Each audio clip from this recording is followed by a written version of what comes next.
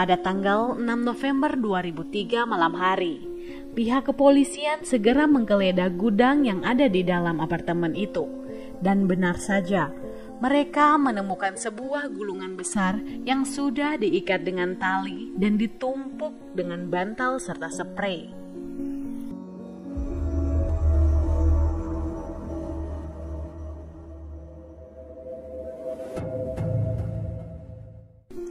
Hai semuanya, apa kabar? Semoga kabar kalian sehat selalu dan pastinya diberi kebahagiaan dalam menjalani hidup. Di video kali ini saya akan membahas salah satu kasus yang cukup menggemparkan di Hong Kong. Kasus ini merupakan kasus drama rumah tangga dan pastinya sempat mendapat perhatian yang luar biasa di masyarakat tahun 2003 lalu. Nah, seperti apa kasusnya? Yuk langsung kita bahas.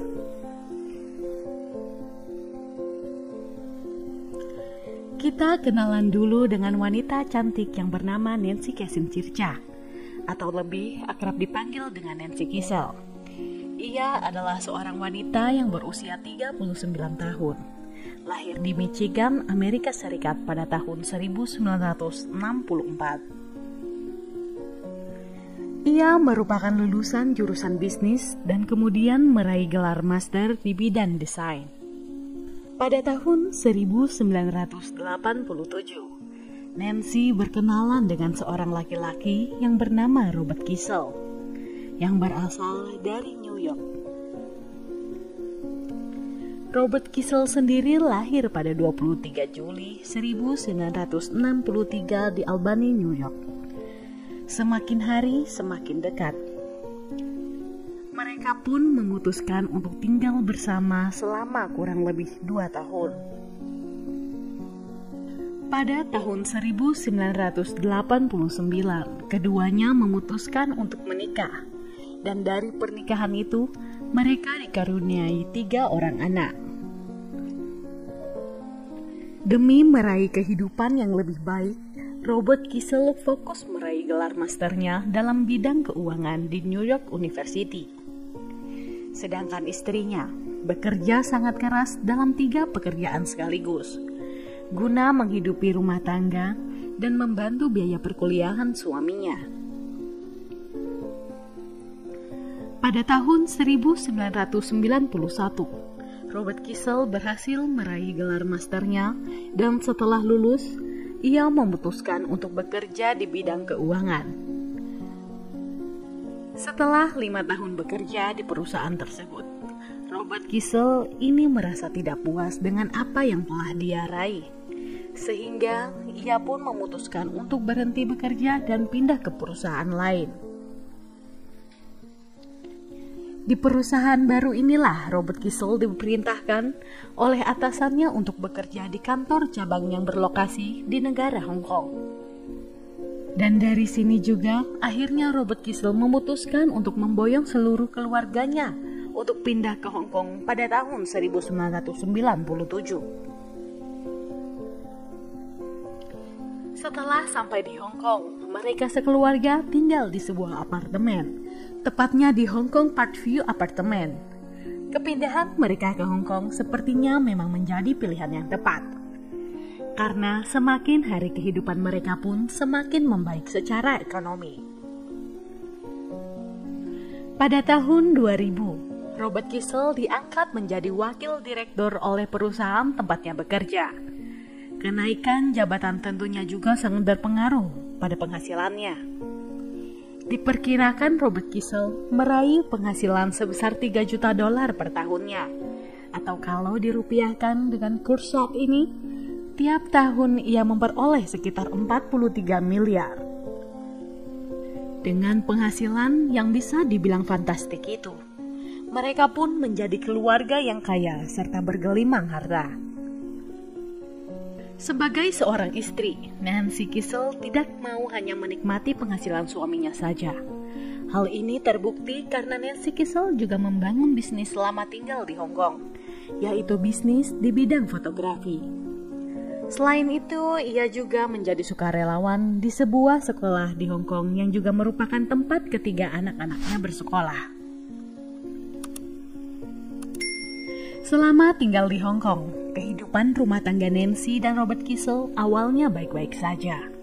Dan perlahan-lahan mulai memburuk sejak Robert Kissel mulai menunjukkan perubahan sikap.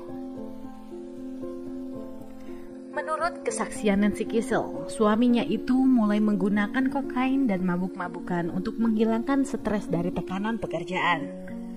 Selain itu, Robert Kissel juga mulai menjadi orang yang sangat pengontrol, kasar, agresif, temperamental, bahkan Robert juga mengawasi kebiasaan belanja istrinya.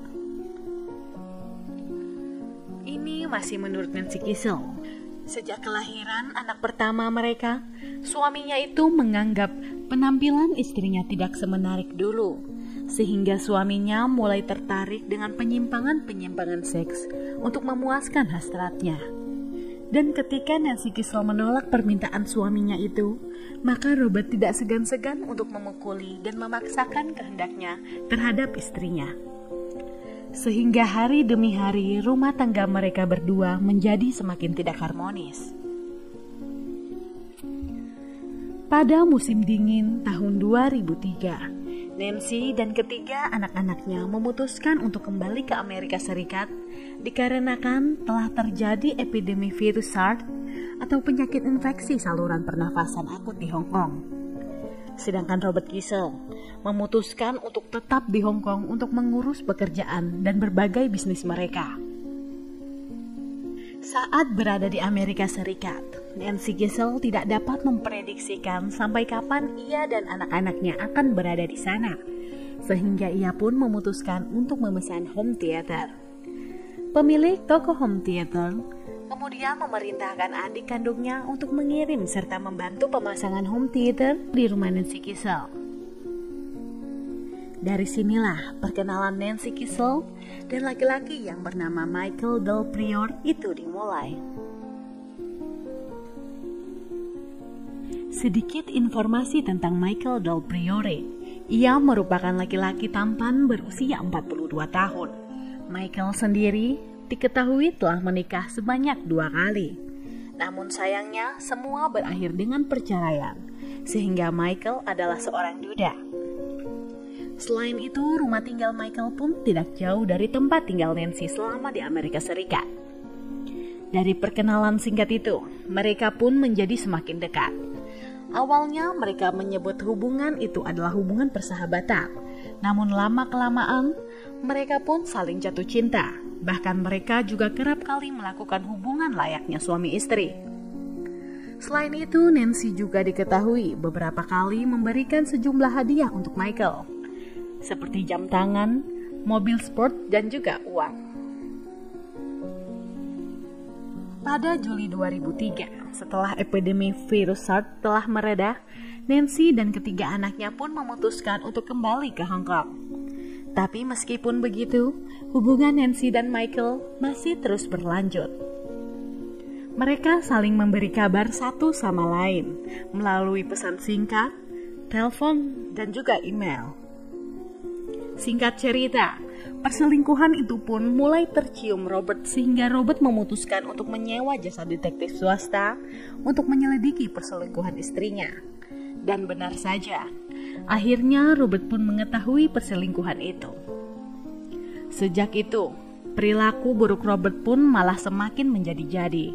Seringkali Robert ini marah untuk hal-hal kecil. Bahkan ia juga berpikiran bahwa hubungan suami istri mampu meredakan jarak di antara mereka. Namun itu semua dilakukan dengan kasar sehingga membuat Nancy merasa putus asa. Bermula pada tanggal 6 November 2003, di mana seorang teman dari Robert bernama David melapor pada pihak kepolisian Hong Kong bahwa salah satu teman kerjanya bernama Robert menghilang dan sudah 4 hari tidak masuk kerja. David melaporkan jika ia dan rekan-rekan kerjanya sudah berusaha menghubungi Robert berkali-kali. Namun teleponnya tidak bisa dihubungi. Selain itu, David juga mengetahui tentang keadaan rumah tangga Robert yang sedang tidak baik saja.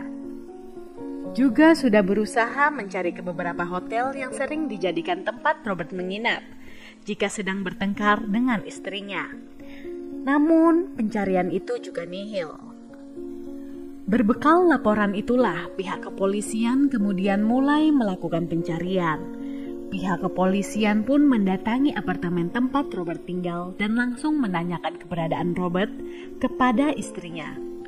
Namun Nancy mengaku jika dirinya tidak mengetahui keberadaan suaminya karena Robert sudah beberapa hari tidak pulang. Pihak kepolisian yang menyelidiki laporan itu pun tidak langsung percaya begitu saja. Pihak kepolisian Hong Kong kemudian mewawancarai beberapa petugas yang berjaga di dalam apartemen tersebut. Menurut pernyataan seorang petugas apartemen, sehari sebelumnya atau tepatnya pada 5 November 2003, Nancy ini sempat menghubungi pihak kantor manajemen apartemen guna meminta untuk memindahkan sebuah karpet besar dari unit apartemen milik keluarga Giselle ke gudang. Namun saat memindahkan karpet itu, para petugas ini sempat kebingungan karena karpet tersebut sangat berat sehingga membutuhkan 4 orang untuk memindahkannya. Berdasarkan keterangan tersebut, pihak kepolisian pun langsung menaruh kecurigaan terhadap Nancy. Pada tanggal 6 November 2003 malam hari, pihak kepolisian segera menggeledah gudang yang ada di dalam apartemen itu. Dan benar saja, mereka menemukan sebuah gulungan besar yang sudah diikat dengan tali dan ditumpuk dengan bantal serta sprei. Pihak kepolisian pun langsung membuka gulungan itu dan menemukan tubuh Robert telah dibungkus plastik besar. Selain itu, kepala Robert juga ditutup dengan kresek plastik hitam. Pihak kepolisian pun segera membawa tubuh itu ke rumah sakit untuk dilakukan autopsi. Selang 2 jam berselang, tepatnya pada 7 November 2003, sekitar jam 2.45 dini hari, pihak kepolisian menangkap Nancy untuk dibawa ke kantor polisi guna penyelidikan lebih lanjut.